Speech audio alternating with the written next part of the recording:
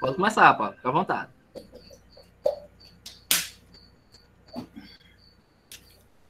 Bola, boa noite, pessoal. Na segunda-feira, mais uma aula de geografia, né? Aos nossos novos alunos. Sejam bem-vindos, né? A gente está aqui, eu sou o professor Paulo Filho. E, infelizmente, a gente poderia estar, né, juntos, presencialmente falando, né? Naquele calor humano, olhando nos olhos de vocês, vendo aquele brilho especial que todo aluno tem quando está se preparando para o Enem, né? Então, pessoal, sintam-se abraçados e que eu possa contribuir para o aprendizado de vocês, ok? Então, qualquer dúvida, vocês vão falando, tenham vergonha, pergunta. É hora de perguntar agora, ok? Caso a gente não saiba responder seu questionamento, sua pergunta, a gente estuda mais um pouquinho na próxima aula e traz, tira a dúvida. Aqui não tem frescura não, tá certo? O pessoal daqui também, que já fazia parte desde o início do cursinho, também boa noite, né? O pessoal já está acostumado comigo, minha didática, vamos dizer assim, de dar aula. Então, vocês podem até estar no início, mas com o passar do tempo, vocês vão pegar o fio da meada e vão compreender o que eu estou querendo passar para vocês, ok? Então, com relação ao conteúdo que a gente já viu, né, durante o ano, vocês não vão se preocupar, e o professor Pedro vai, com o passar dos dias, entrar em contato com vocês e vai ver a forma, né, vai bolar, já está estudando a forma, e a gente colocar em dia, certo? Então, vocês não vão se preocupar, vocês não irão perder nada, certo? Então, pessoal, na aula passada, a gente parou aqui nesse slide, né? Classificação do relevo brasileiro, respondido a 12ª questão com relação à geomorfologia, certo? Então, a partir de hoje, aos novos alunos, vocês vão pegar a classificação do relevo brasileiro, certo? E a partir também de hoje, se Deus quiser, vai dar tempo, faltam poucos slides, a gente vai dar início ao conteúdo novo de climatologia, né, estudar os climas aí, do Brasil e do mundo. Quando concluir essa parte de climatologia, a gente vai sair um pouco da geografia física e iremos trabalhar geografia humana, geopolítica, trabalhar capitalismo, evolução do capitalismo, é isso? Industrialização, globalização, Guerra Fria, enfim, toda essa parte geopolítica, beleza? Então, no decorrer da aula, qualquer dúvida que surgir, podem entrar em contato, podem perguntar, podem tomar o microfone e perguntar, ok? Mais uma vez, está todo mundo me ouvindo legal? Dá para ver passar os slides? Ok, não é isso? Então, vamos lá, pessoal. Então, quando a gente fala de geomorfologia, mais uma vez falando, a gente vai tratar das formas que a superfície terrestre apresenta, né? Como a gente fala que ela não é um plano, como essa mesa aqui, que está estudando, não é um plano como a tela do seu celular, não é um plano como a tela do seu computador, nem muito menos plano como o chão da sua casa. Então, ela é cheia de altos e baixos, não é isso? Então, as formas que a Terra possui, a gente chama de relevo. Quando você estuda relevo, a gente vai estar falando de geomorfologia. Muito bem, pessoal. A gente viu até agora a questão do relevo de maneira generalizada. Para o Enem, geralmente são cobrados os 3 grandes pensadores, o Haroldo Azevedo, o Nazis Abissaber e o Jurandir Ross, né, que são as 3 primeiras e principais classificações científicas do relevo brasileiro, certo? Então, na década de 40, nós tivemos a primeira classificação do relevo brasileiro, né, do geógrafo Haroldo de Azevedo. Notem, a época de 1940, praticamente 81 anos atrás.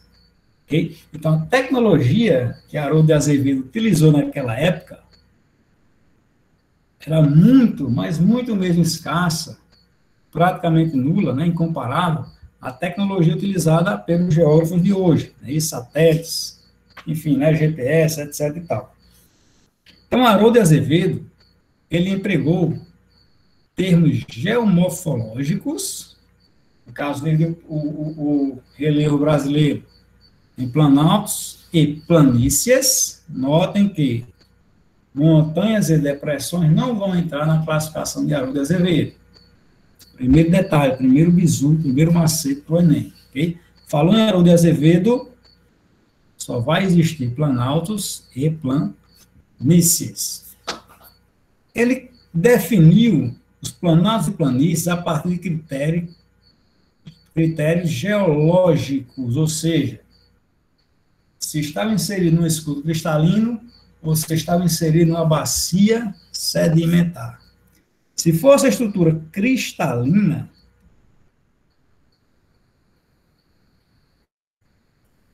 estaríamos falando dos planaltos. Se fosse uma estrutura sedimentar, estaria Haroldo de Azevedo classificando como planícies. Beleza? Então, Haroldo de Azevedo dividiu o Brasil em 7 unidades de relevo. 4 planaltos e 3 planícies. Com relação aos planaltos, nós teríamos aqui o Planalto das Guianas, né? E o Planalto Brasileiro, que é toda essa área verde aqui central, ok? Então, o Planalto Brasileiro iria se subdividir em Planalto Central, Meridional e Atlântico. Beleza? Então, essas foram as 4 estruturas planálticas do relevo brasileiro, segundo Haroldo de Azevedo. Com relação às 3 planícies, teríamos a planície amazônica, a do Pantanal e a planície costeira. Ok? Só para finalizar o pensamento de Haroldo de Azevedo, ele utilizou, além desses critérios geológicos, ou seja, se o planalto estava situado no território cristalino e a planície estava situada no território de bacia sedimentar, ele utilizou a altimetria. Okay? Então, toda a superfície que estava entre 0 até 200 metros acima do nível do mar era chamada de planície. Certo? E toda a altitude, toda a forma de relevo que estaria acima de 200 metros era classificada como planalto. Beleza? Então, o que a gente tem para saber para o Enem, caso caia Geomorfologia Brasileira, segundo o pensamento de Haroldo de Azevedo, é só isso aqui. Ok? À frente. Na década de 60, 20 anos após a classificação do relevo segundo Haroldo de Azevedo, aí veio outra classificação, a de Aziz Nassib Absaber. Apesar desse nome aí todo invocadão, esse camarada é brasileiro, né? Aziz Absaber, porque ele é de ascendência, né? Os pais dele são sírio-libaneses. Daí esse nome arabesco, ok? Então, Aziz Absaber, ele utilizou o critério morfoclimático, que é isso. Morfo, forma, climático, clima. Então, as formas de relevo, planalto, planície, montanha, depressão, era fruto, principalmente, da influência climática equatorial, semiárido, subtropical, tropical de altitude, tropical típico, certo? Então, era o fator climático que iria influenciar a forma de relevo naquela localidade, a forma de relevo naquela região, certo? Absaber dividiu o relevo brasileiro em 7 planaltos e 3 planícies. Aumentou mais 3 formas de relevo com relação a Haroldo de Azevedo, né? Haroldo de Azevedo, a gente acabou de ver que ele classificou em 4 planaltos e 3 planícies.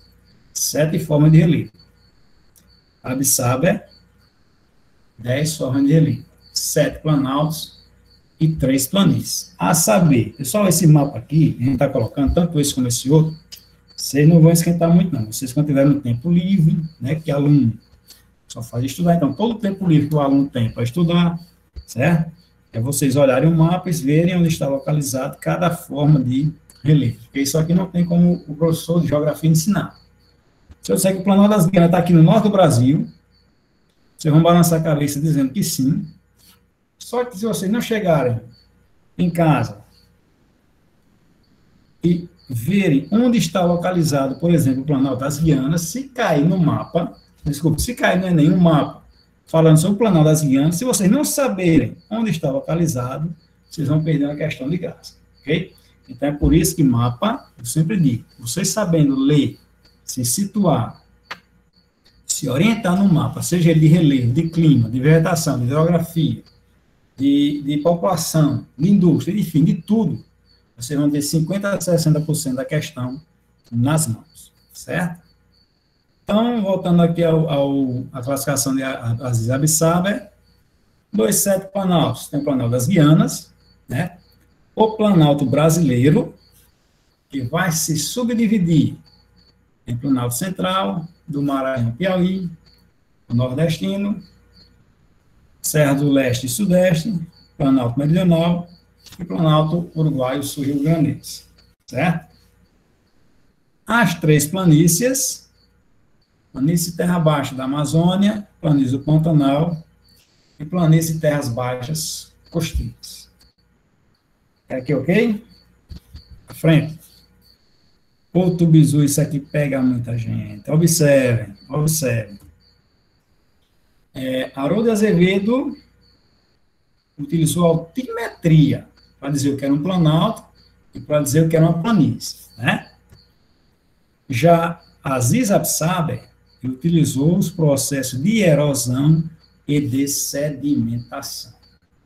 Então, segundo Aziz Abissaba, o que fazia, por exemplo, o Planalto Central ser um planalto e a planície do Pantanal ser uma planície, era que nessa área dos planaltos iria se estabelecer um grande processo erosivo, né? O processo de erosão iria predominar. Já na planície, processo de sedimentação, ok? Então, segundo Aziz Abissaba, toda a área classificada como planalto é uma área, ou são áreas, onde o processo de erosão é maior do que o seu processo de sedimentação. Ou seja, o processo de desgaste vai ser maior do que o processo de rejuvenescimento, digamos assim, né? O processo de reforma, ok? De rejuvenescimento. Já nas planícies, o processo de sedimentação vai predominar em relação ao seu processo de erosão ou desgaste. Então, as planícies são aquelas áreas que estão sempre se renovando, sempre se rejuvenescendo, estão sempre recebendo sedimentos de áreas erodidas planaltas. Ok? Então, pessoal, outro macete. Planalto e planície. A fita está dando retorno aí, é? Estou me ouvindo duas vezes. Não, tá não. É o microfone de um aluno, mas desligou agora. Beleza. Então, pessoal, no Planalto, um macete aqui para vocês. Ó. No Planalto, a erosão, né, o seu processo de desgaste, vai ser maior do que o seu processo de sedimentação, seu processo de deposição sedimentar, de sedimentos. Nas planícies, o processo de deposição de sedimentos, né, a sua sedimentação, é que vai ser maior do que o seu processo de desgaste, seu processo de erosão. Segundo o pensamento de Aziz Abissaba. Ok, pessoal? Até aqui tudo bem? Planalto, segundo Aziz Abissaba, não é a altimetria que vai fazer com que seja planalto ou planície, né? Então, o planalto vai ser a partir de áreas que são constantemente desgastadas, constantemente erodidas. E as planícies são de áreas que estão sempre se renovando, sempre se rejuvenescendo, estão sempre recebendo sedimentos de áreas erodidas. Outro detalhe, na classificação de Aziz Abissaber, também só vão aparecer planaltos e planícies, nada também de montanhas e depressões. Beleza? Vamos para frente.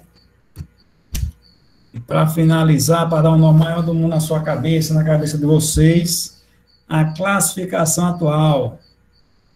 Aqui vai prevalecer hoje a classificação de Jurandir Luciano Sanches Ross, né, Jurandir Ross. Então, essa é a classificação atual, a classificação que está em voga, né, a mais aceita na comunidade científica do Brasil, certo?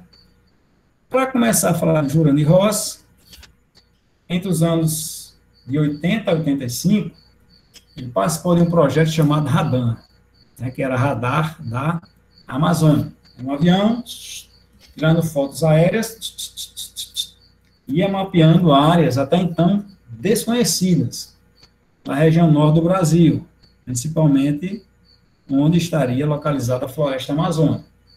Então, nesse processo de fotos aéreas, muitas formas de relevo afloraram, apareceram, né, que estavam desconhecidas, vieram à luz.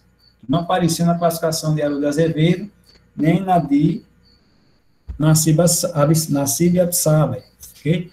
Então, dessas formas de relevo, localizados pelo projeto RADAN, aqui na região da Amazônia brasileira, o professor Jurandir Ross levou esse projeto às autoridades e resolveram estender para todo o Brasil, né, chamado Projeto RADAN Brasil, né, Radar do Brasil. A partir dos estudos de Jurandir Ross, na década de 80 e 85, o projeto RADAN foi ampliado para todo o restante do nosso território nacional e daí a nova classificação do relevo brasileiro, certo? Na classificação de Jurandir Ross, além dos planaltos e planícies, já vão aparecer as depressões. Então, no Brasil, como falou, não existe grandes cadeias de montanhas. Existem montanhas elevadas, lógico, mas não existem grandes cadeias de montanhas. Então, por isso, a gente só pode classificar a geomorfologia brasileira em planaltos, depressões e planícies. Não tem montanhas. Aziz Abissaber dividiu planaltos e planícies em 10, não é isso? 7 planaltos e 3 planícies. Jurandir Ross dividiu as unidades do relevo brasileiro em 28, a saber, 11 planaltos, 11 depressões e 6 planícies. Está aqui, essas aqui, tudo para você se divertir em casa, na segunda-feira à noite, depois da aula de geografia, certo? Só para vocês terem a ideia de onde vai se localizar cada um.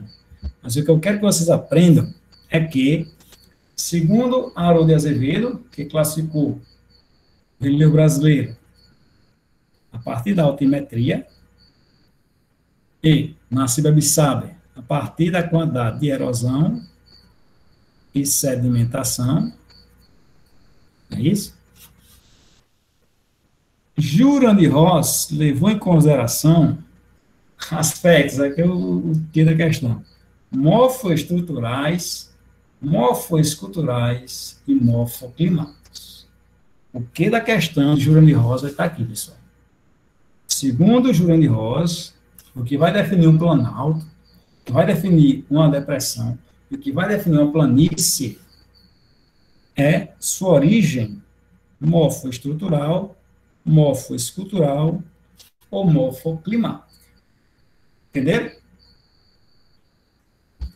Então, o que seria esses aspectos morfoestruturais? Tem a ver, pessoal, com os agentes internos que vão formar esse relevo.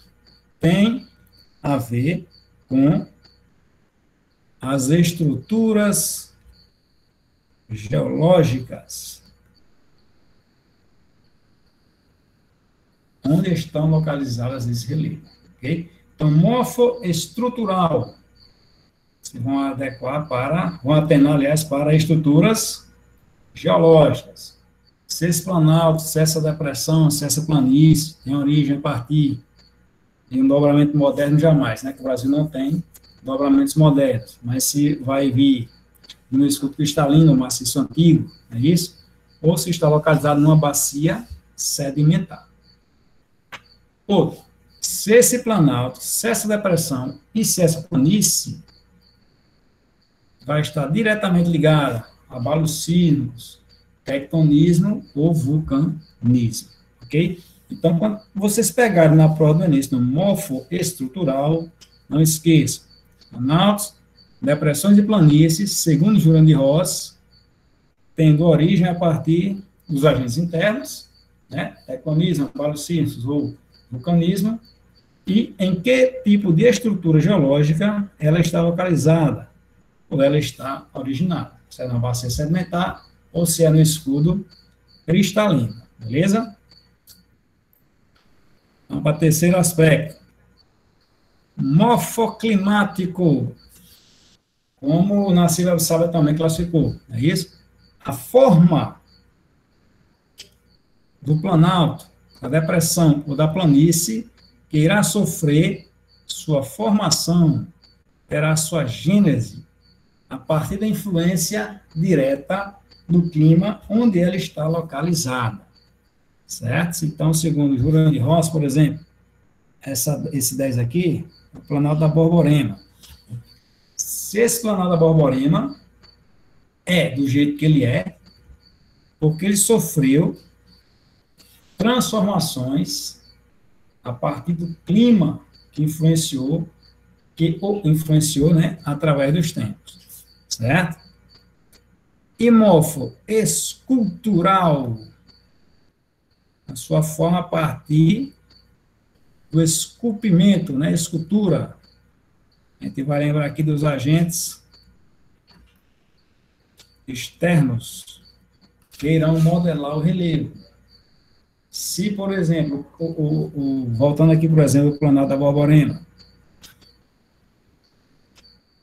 se ele é do jeito que é, meio arredondado, se foi a ação do vento, se foi a ação da chuva, isso, se foi o intemperismo físico a partir da temperatura do sol, então vai estar relacionado aos agentes externos que irão modelar essa forma de relevo.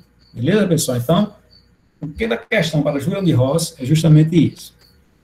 Se o planalto, a depressão, a planície, ela tem sua origem a partir das morfoestruturas, aí você vai lembrar dos agentes internos, formadores, construtores do relevo, e das estruturas geológicas, onde eles estão localizados. Aspectos morfoclimáticos, o clima daquela região onde está localizada essa forma de relevo, como influenciador direto dessa própria forma de relevo. E de aspectos morfoesculturais, ou seja, a ação dos agentes externos que irão modelar no decorrer do tempo geológico esse planalto, essa planície e essa depressão, certo?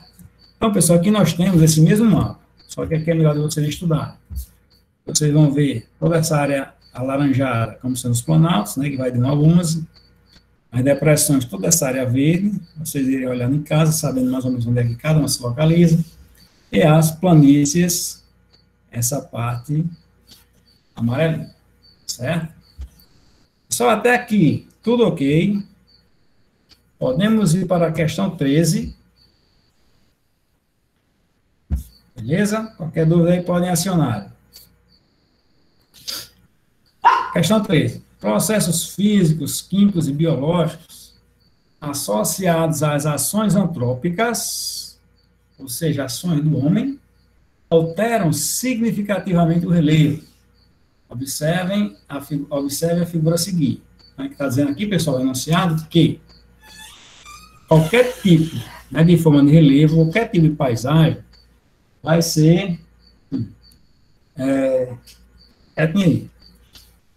vai ser modelado, vai ser construído a partir de fatores de processos químicos, físicos, biológicos, e hoje, principalmente, a partir de ações humanas, né, ações antrópicas. Ele vai nos dar aqui a figura 1, a figura 2, a figura 3, vai para fora, e a figura 4.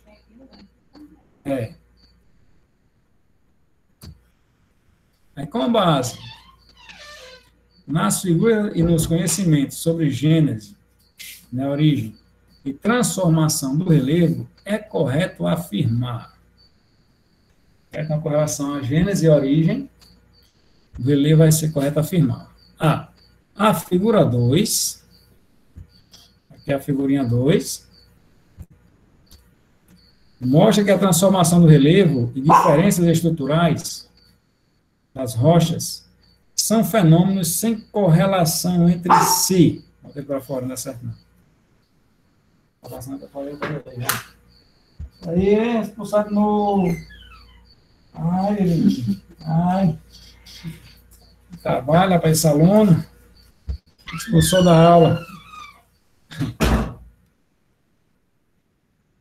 Sim, a questão... né? Então, a figura 2 mostra que a transformação do relevo e diferenças estruturais das rochas são fenômenos sem correlação. Pessoal, tudo na natureza é correlacionado. Estrutura de relevo, composição da mineralogia da rocha, tudo isso é correlacionado. Você pegar uma rocha de estrutura cristalina, ela é mais sólida, ela é mais dura, né? Ela é mais rígida do que aquela rocha de estrutura sedimentar. Então, com os intempéries, logicamente, a rocha constituída de sedimentos, ela vai se desgastar mais rápido do que a rocha constituída de minerais cristalinos. Certo? Então, essa questão aqui está dizendo que, mesmo se a gente não tivesse olhado, não sabia, mesmo se a gente não soubesse, nem como era essa figura 2, esse enunciado já fica errado. Que as diferenças estruturais das rochas são fenômenos sem correlação entre si. Não, tudo é correlacionado. Você vai aqui na figura 1, né, vamos dizer assim, que aqui seja 300 milhões de anos atrás, nesse terreno plano, e depois de 150 milhões de anos, agentes externos, modelar essa paisagem, desgastando essa parte aqui, não é isso? Criando um rio aqui, e umas cadeias de montanhas e planaltos aqui, certo? Então, tudo isso está correlacionado. B, conforme indicam as figuras de 1 a 4, ações antrópicas, ações humanas, tipo de rochas, magmáticas, metamórficas sedimentares, clima, declividades topográficas, ou seja, declividades, altos e baixos, ângulos de forma de relevo e duração dos processos, né, deles transformantes, são fatores atuantes na diversificação das formas de relevo. Essa questão aqui está, esse enunciado está totalmente completo, né, falou tudo. Tudo está correlacionado. Ação do homem, tipo de rocha, clima está localizado da forma de relevo, duração de todo esse processo, que vai gerar toda essa diversificação da geomorfologia, tanto brasileira como mundial. Né? Então, se só tivesse A e a B, a gente logicamente iria marcar B, está completíssimo. Mas vamos olhar o resto. C. A figura 4 mostra que a gênese, né, a origem, das formas de relevo está condicionada à dinâmica da apropriação do uso do solo urbano. A figura 4 está dizendo que, aqui a gente já vê, ó, a mesma figura, no decorrer de milhões e milhões de anos, totalmente tomada por uma cidade, não é isso? De uma paisagem tipicamente, totalmente natural, para uma paisagem urbana, para uma paisagem humanizada. Essa questão C está dizendo que a 4 diz que toda a gênese do relevo está condicionada, ou seja, só vai aparecer, só vai surgir a partir das condições do uso do solo urbano. Não. A natureza, ela é primeva, né? Ela é primeira, ela nasce, ela faz com que surja a sua relevo primeiramente. O homem faz com que ela se modele a partir do seu bel prazer, a partir dos meios de adequação e ocupação da própria paisagem natural, certo? Então, a natureza, vejam, ela transformou, né, hipoteticamente, essa planície aqui de 300 milhões de anos atrás, né, em épocas geológicas, cadeia de planaltos e montanhas, isso, e depois o alargamento desse manancial de água, agora não fala a palavra, mananciais de água e também aparecimento de coberturas florestais. Então, tudo isso é a natureza que criou. Depois o homem veio e destruiu e acondicionou a formação da paisagem urbana, né, geográfica.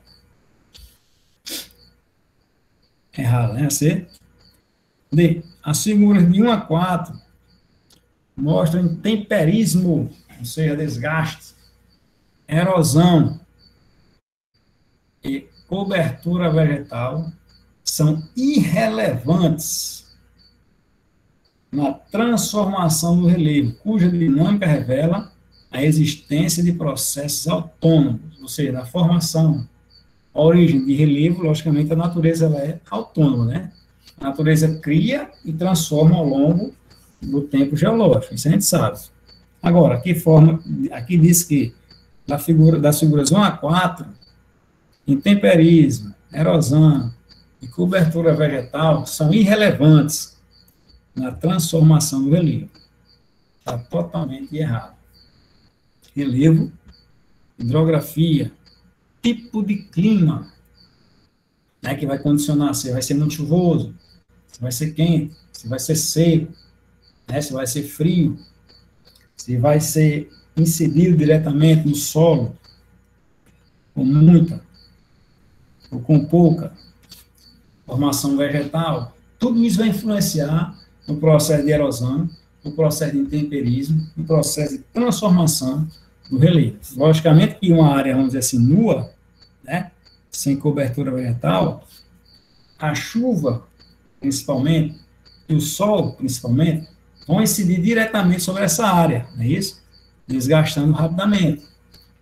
Por outro lado, uma área que vai possuir várias florestas, uma densa cobertura vegetal, aliás, várias florestas, uma densa cobertura vegetal, o sol e a chuva vão incidir de maneira menor, de maneira menos intensa nesse tipo de solo, causando assim um retardamento na sua erosão, um retardamento no seu intemperismo, ok?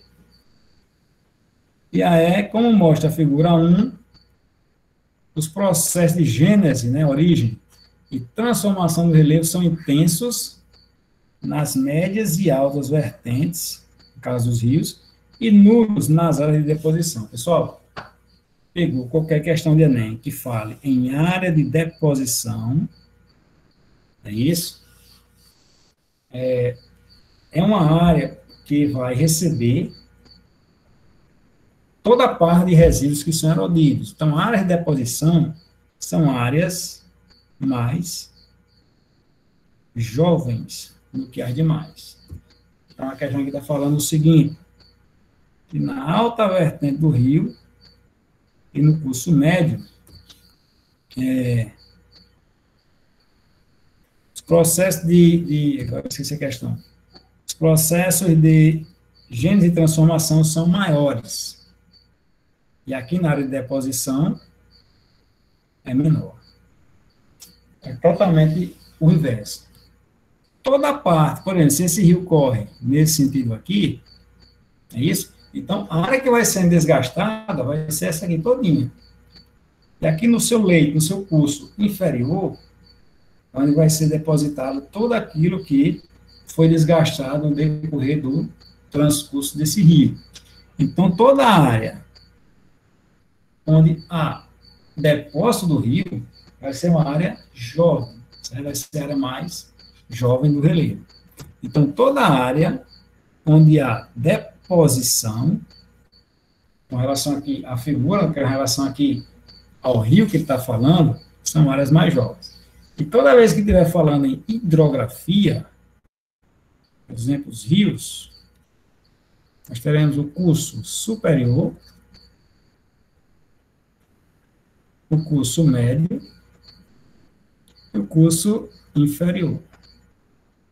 Né? O curso superior, a gente entende que vai ser próximo à sua nascente, onde o rio nasce. Isso, a cabeceira. O curso médio já está falando no meio do rio, e o curso inferior, onde ele deságua, ou seja, na sua foz. Então, todo rio, desde sua nascente até chegar à sua foz, seja em qual o sentido desse rio correr, vai fazer com que a área, ou as áreas próximas à sua foz, né, sejam áreas mais jovens, porque é justamente nessas áreas de foz em que o processo de deposição vai ser mais acentuado. E qual era mais desgastada, professor? No curso superior, próximo à nascente, e passando pelo curso médio. Ok? Beleza? Pessoal, aqui é a resposta, né, a assertiva B, uma assertiva mais correta, mais completa, certo? Tudo é interligado. E acabamos nossos estudos sobre geomorfologia. Alguém tem alguma pergunta, alguma dúvida? Podemos passar para o assunto novo. Climatologia. Digam alguma coisa? Eu vou aguardar eles falarem aqui no chat, tá bom, Paulinho? Ou alguém quiser. Se tiver alguma dúvida, podem falar. Aproveita o momento. Alguém? Ou todo mundo entendeu tudo, ou ninguém entendeu nada, não foi? E não querem perguntar. Vamos ficar com a primeira opção. Aqui no chat que podia continuar. Pronto, show de bola. Tem dúvidas, pode continuar. Eu vou tirar esse slide aqui agora. E vou botar o outro. Deixa eu ver onde é que está o outro agora.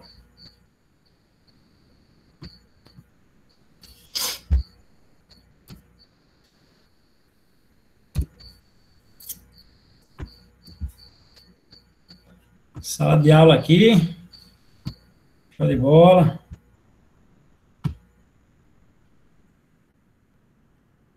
Pedrão já está assistindo aula também, a sala do futebol.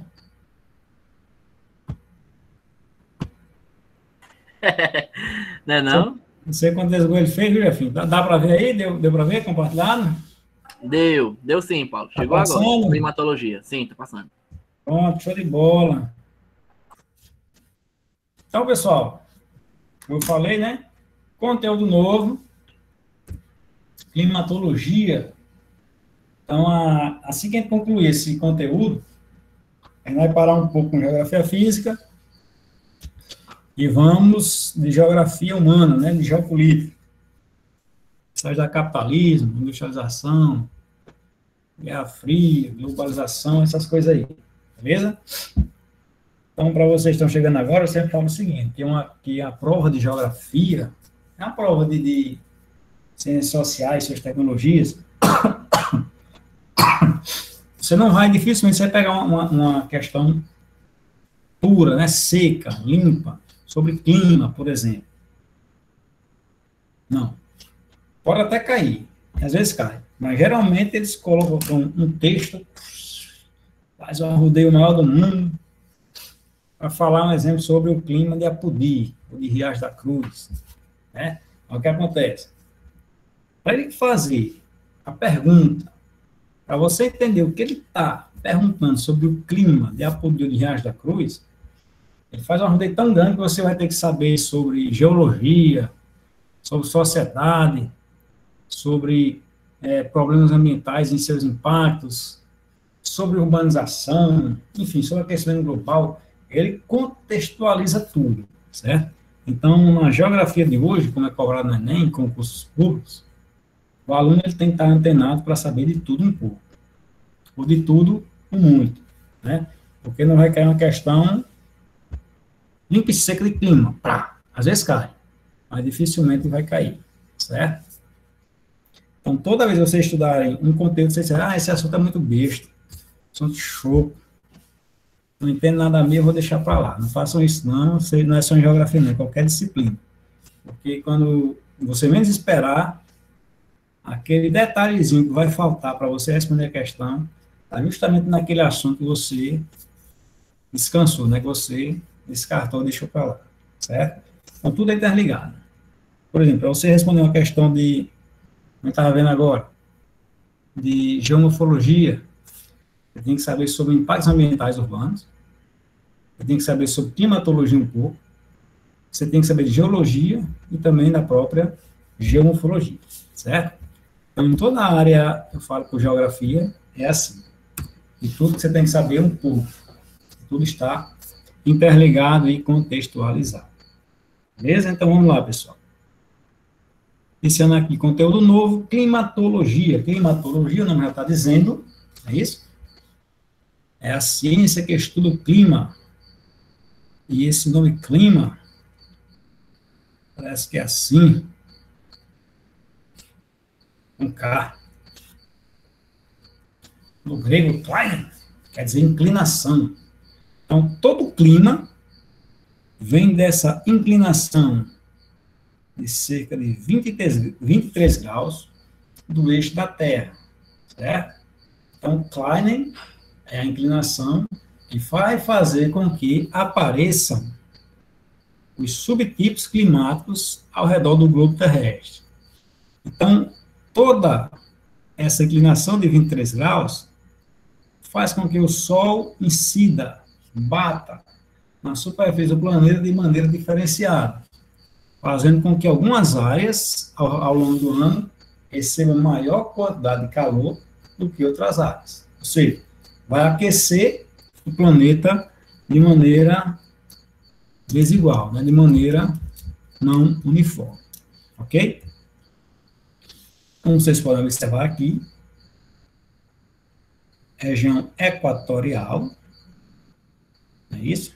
Passando da linha do Equador até o Trópico de Câncer, ao norte, o Trópico de Capricórnio ao sul, que é a área mais quente, que é a área mais iluminada pelo Sol, certo?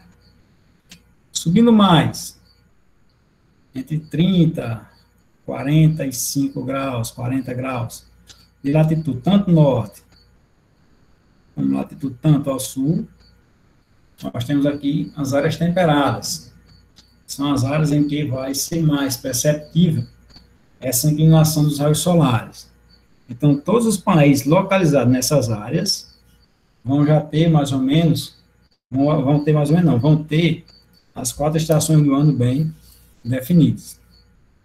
A partir de 50, 60 graus, até 90 graus, latitude tanto norte como sul, as áreas polares, né?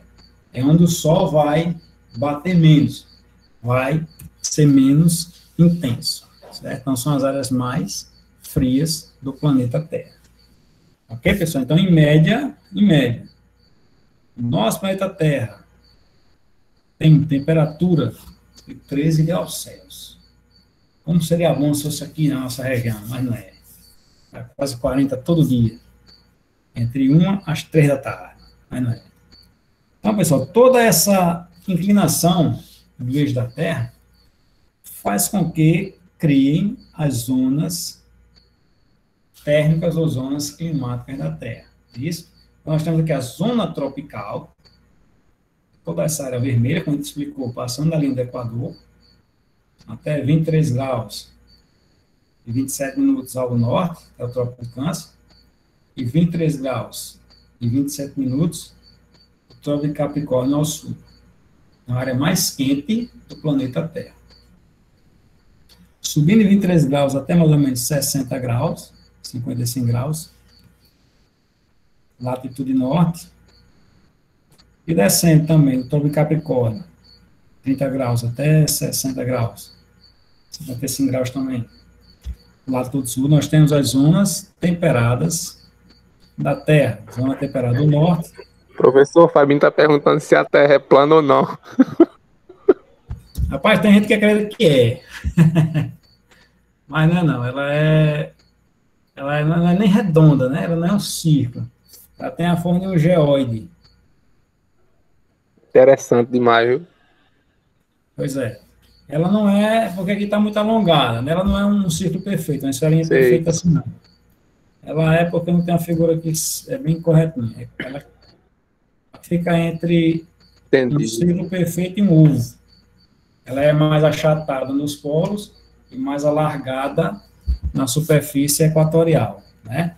Então, esse nome, a geografia, né, e das ciências, dá o Perfeito. nome de geóide, beleza?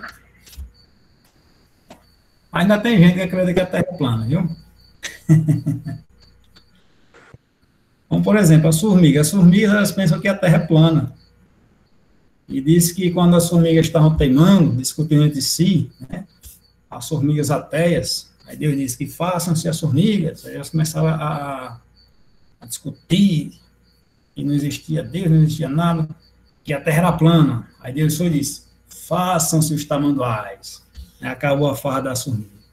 Beleza? Mas tem gente que acredita que a Terra é plana. Então, voltando aqui, pessoal, zona temperada, né? Tanto do norte como do sul. Então, todas essas áreas que estão localizadas, tanto na zona temperada do sul, como na zona temperada do norte, são áreas, né, onde estão localizados os países, e vão ter por característica principal as 4 estações do ano. Ok? Primavera, verão, outono e inverno, coisa que aqui no nosso Nordeste a gente não tem nem como diferenciar. Certo? E a partir de 60 graus acima, até 90 graus de latitude, tanto para sul como para o norte, nós vamos encontrar aqui a zona polar ou glacial ártica, ao norte, e a zona polar ou glacial antártica, que são as áreas menos iluminadas pelos raios solares, sendo por isso as áreas mais frias do globo terrestre. Beleza? Quando a gente estiver estudando o clima, a gente vai estudar as camadas da atmosfera, que é a camada gasosa, né, de ar que vai envolver a Terra. Então, o que eu quero que vocês saibam daqui, pessoal, é que a camada mais importante para a humanidade, para nós humanos, é a troposfera, que é a primeira camada. Alguns autores colocam que ela vai de 0, né, do nível do mar, subindo até mais ou menos 12. Eles colocam, como colocaram aqui, 20 quilômetros de altitude. Então, é na troposfera, não esqueçam jamais, primeira camada da Terra, onde vão aparecer todos os fenômenos climáticos. A neve vai se formar aí, a chuva, o granizo, a neblina, os furacões, enfim, tudo isso, todo fenômeno, qualquer fenômeno climático vai ser originado na troposfera. E ela é mais importante para a humanidade, por quê? Porque é nela onde o homem, é isso, vai encontrar todas as condições de vida para viver, certo? Estratosfera, segunda camada, vai pegar em média de 20 até mais ou menos 50 quilômetros de altitude. Importância da estratosfera para a vida humana. Ela vai conter o gás ozônio, ou seja, aquele gás, né, que vai proteger-nos dos raios nocivos do Sol. Certo? E a gente vai ver também quando estiver vendo, estudando impactos ambientais, a gente vai ver que tem sempre a problemática da extensão, da diminuição da camada de ozônio no planeta Terra. É isso? Para vocês terem uma ideia, se não existisse ozônio, não existiria condições de vida na Terra.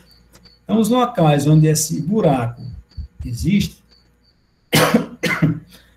faz com que, se a gente andasse na rua, protegido, por 10 ou 15 minutos, 10 a 15 minutos, num dia, a gente teria 99,9% de chance de desenvolver um câncer de pele. Para vocês verem aí qual é a importância dessa camada para a vida na Terra, certo? Então, nós temos aqui a mesosfera, a termosfera ou ionosfera, dependendo do autor, e a exosfera, que é a última camada. Então, aqui é só para vocês terem a noção. Vocês vão ver isso aqui bem direitinho nas aulas de Química de nível 15, certo? Se já não viram.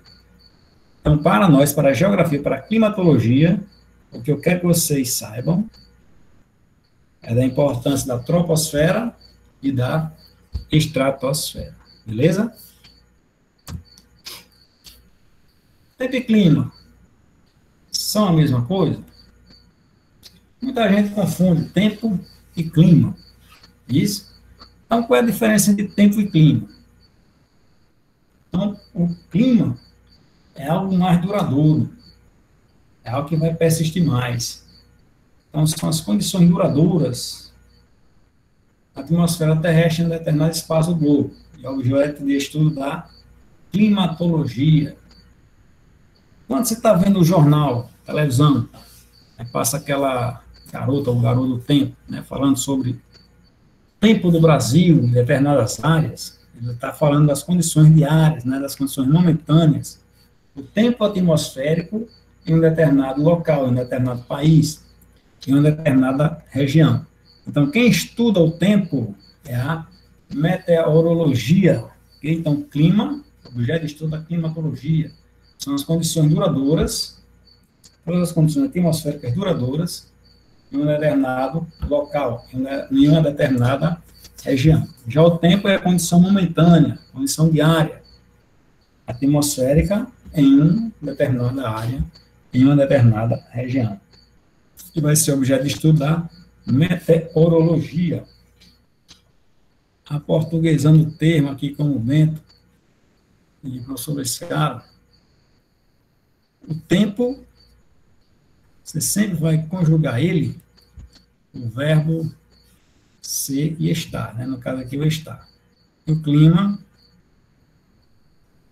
o ser. Então, o clima, ele é. Se eu falo que o clima daqui de Apodi é semiárido, estou me referindo às condições atmosféricas duradouras do município de Apodi. Mas, mesmo dentro dessas condições duradouras, de quente, né, de clima semiárido, existe aqueles períodos chuvosos. Às vezes faz até um friozinho de madrugada, como agora em julho e agosto. Então, ali estou me referindo ao tempo de Apodi naquele determinado horário. Se acordar de 5 da manhã, vai estar batendo um friozinho bem legalzinho. Então, eu falo que o tempo está frio, né? E não que o clima é frio. Vocês têm uma ideia, para que se mude, para que se haja uma mudança de um clima para outro, são necessários 30 anos para mudar. Então, a gente vai ver também daqui para frente, nas aulas seguintes, onde não vai dar tempo, que, por exemplo, o clima semiárido é um clima de transição. O clima semiárido é um clima de transição do tropical para o clima deserto. Então, para que haja essa mudança de semiaridez do clima, são necessários mínimos 30 anos. Ah, não é que com 30 anos, que desde que eu nasci, já estou com 40 anos, que eu moro em Apodi e que o clima aqui é semiárido. O clima não mudou ainda para o deserto, mas está já bem encaminhado, né? Em algumas áreas do Nordeste, a gente vai ver também na frente aqui, que já existem núcleos de desertificação.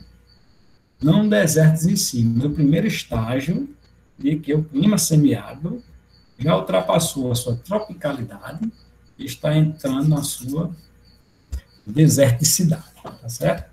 Então, essa é a diferença, pessoal, entre tempo e clima, ok? Ó, todo clima de um país, de uma cidade, de uma região, vai possuir elementos de clima e fatores de clima, ok? Então, o que são elementos de clima? Eles vão determinar diretamente o clima de uma região, de um país, certo? Não determina diretamente. Já os fatores de clima, eles vão determinar, vão influenciar indiretamente os climas daquela determinada região ou país. Quando eu falo em elemento de clima, tropical, temperado, polar, de montanha, então todos eles, semiárido, subtropical, equatorial, todos eles vão possuir sempre massa de ar, pressão atmosférica, precipitações e temperatura. Então, esses 4 elementos, massa de ar, pressão atmosférica, precipitações e temperatura, são os elementos do clima. Todo clima no mundo todo vão possuir esses 4 elementos, certo? Aí, juntamente desses 4 elementos, vão entrar aqui a latitude, a altitude, a continentalidade e maritimidade. Ok? Então, são esses os 3 fatores de clima. Vamos explicar cada um deles. Massa de ar.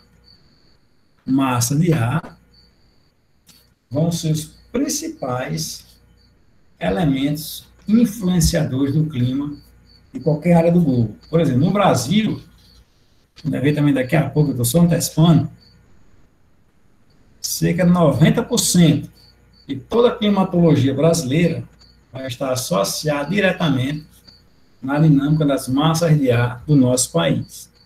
Então, no globo todo, as massas de ar, que são grandes bolsões de ar atmosférico que se movimentam em determinadas áreas do globo, em todas as áreas do globo, aliás, levando temperatura, umidade, pressão, enfim, tudo, que vai definir, como eu falei para vocês no Brasil, 90% da climatologia brasileira.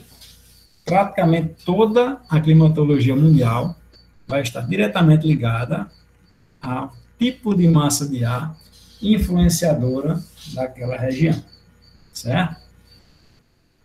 Pressão atmosférica, que é o peso, né, da coluna de ar que vai exercer sobre aquela região, fazendo com que facilite ou interrompa a ação dessas massas de ar, certo? Naquela localidade. Tipo de precipitações, a gente fala de precipitações, a gente lembra muito de chuva, mas se lembra que existe o granizo, existe a neblina, existe o orvalho, né? Existe a neve, não é isso? E existe a chuva, que é o principal tipo de precipitação, principalmente para a economia humana, partindo aí da agropecuária. E, logicamente, a temperatura. Então, juntando tudo isso, tem a temperatura daquela região. Se vai sofrer muito a incidência de raios solares, ou se vai sofrer pouca incidência de raios solares. Beleza? Daqui a pouco ele vai falar sobre tudo isso aqui.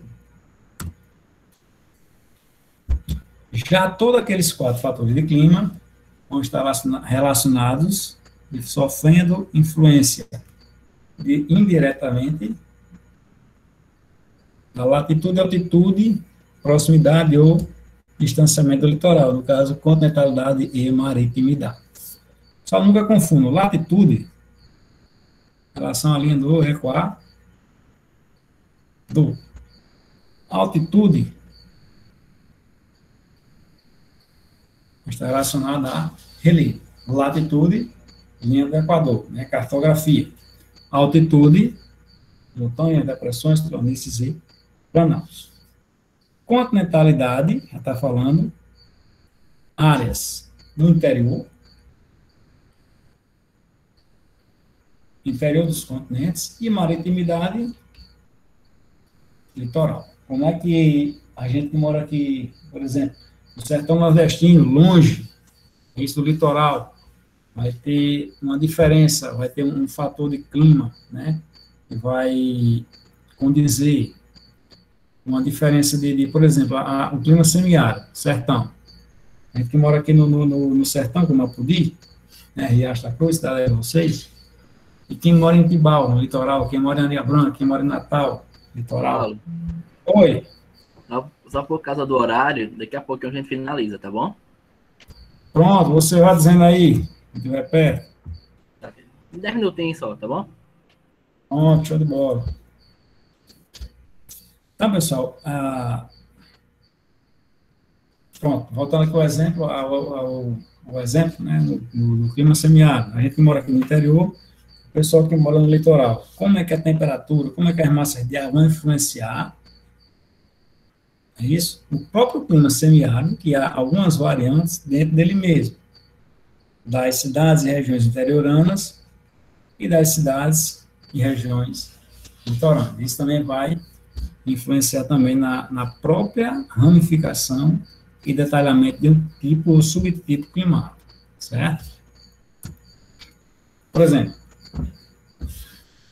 na climatologia, não esqueça, as massas de ar, elas sempre vêm de áreas de alta pressão em direção às áreas de baixa pressão, né?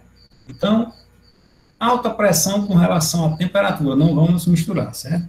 A gente fala de alta e baixa pressão, a parte de latitude e altitude, enfim.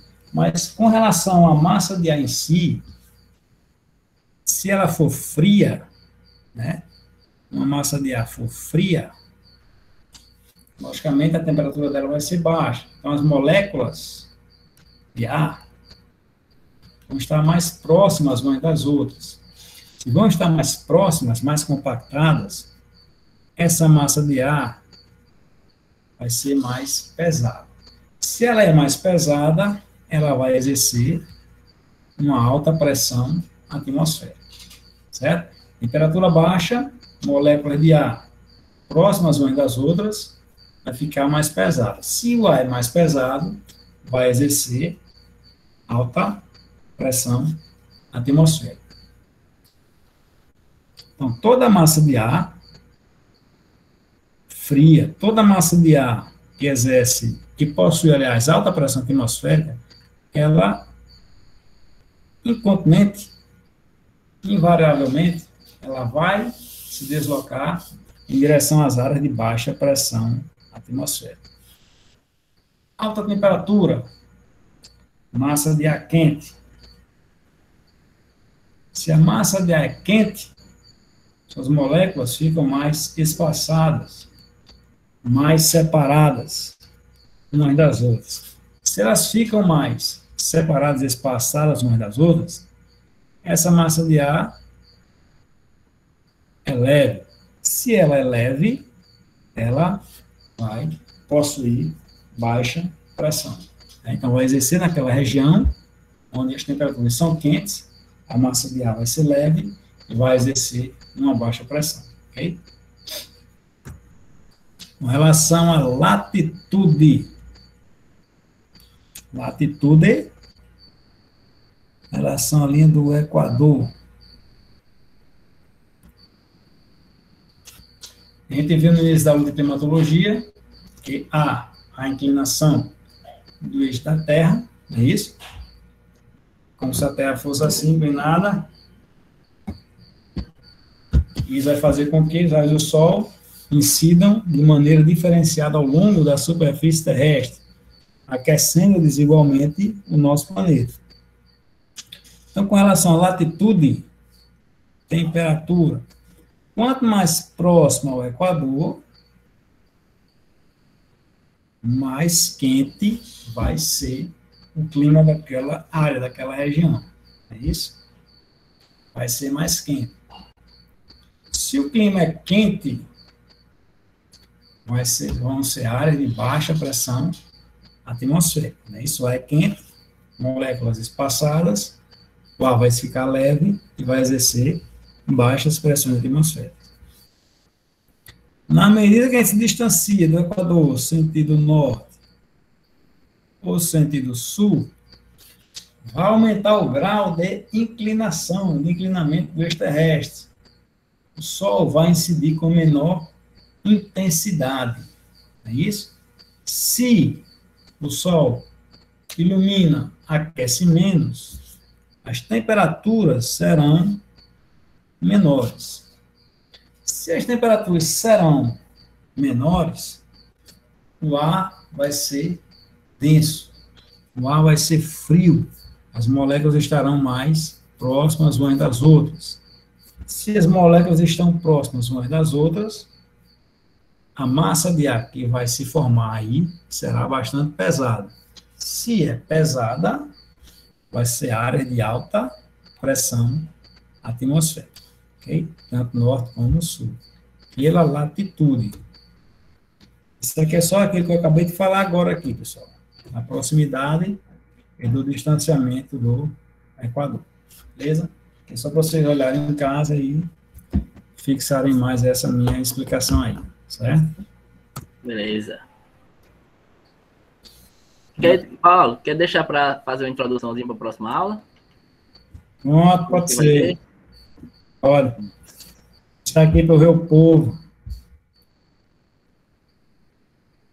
Pode fechar, né, Lefinho, aqui o... Isso, pode. Pode. Vou fechar aqui e olhar o pessoal. Pronto, pessoal. Então, a gente deu a início, né? A gente finalizou o nosso conteúdo de geologia, geomorfologia, certo? E iniciamos climatologia, beleza? Então, espero aí que tenha atendido aí as expectativas, né? Mais uma vez é um prazer ter todos vocês, tanto de fora como daqui da cidade, nossos alunos já. É sempre bom. Não é melhor porque a gente queria estar próximo, né? Queria estar presencialmente aí com vocês, né? Esse calor humano. E olhar nos olhos de vocês e ver o brilho. Então, espero que eu tenha atendido as expectativas de vocês hoje, certo? Qualquer dúvida aí podem acionar no WhatsApp, privado. E não tem segredo. Estudem, estudem, estudem. Ok? Então, por hoje é só. Até mais, pessoal. Beijo. Coração. Até Valeu, mais. Paulo. Obrigado. E só avisar que amanhã, né? A gente vai ter aula de redação, como sempre, às 19 horas com o professor Bento. Valeu, galera. Até amanhã. Valeu. Tchau, tchau. Valeu.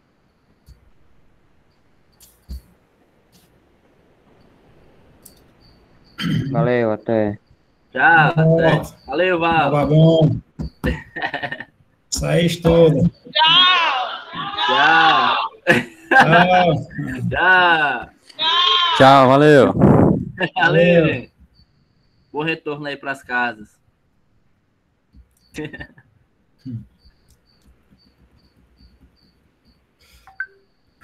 Valeu, Paulinho. Até Até a próxima. segunda. Valeu. Tchau.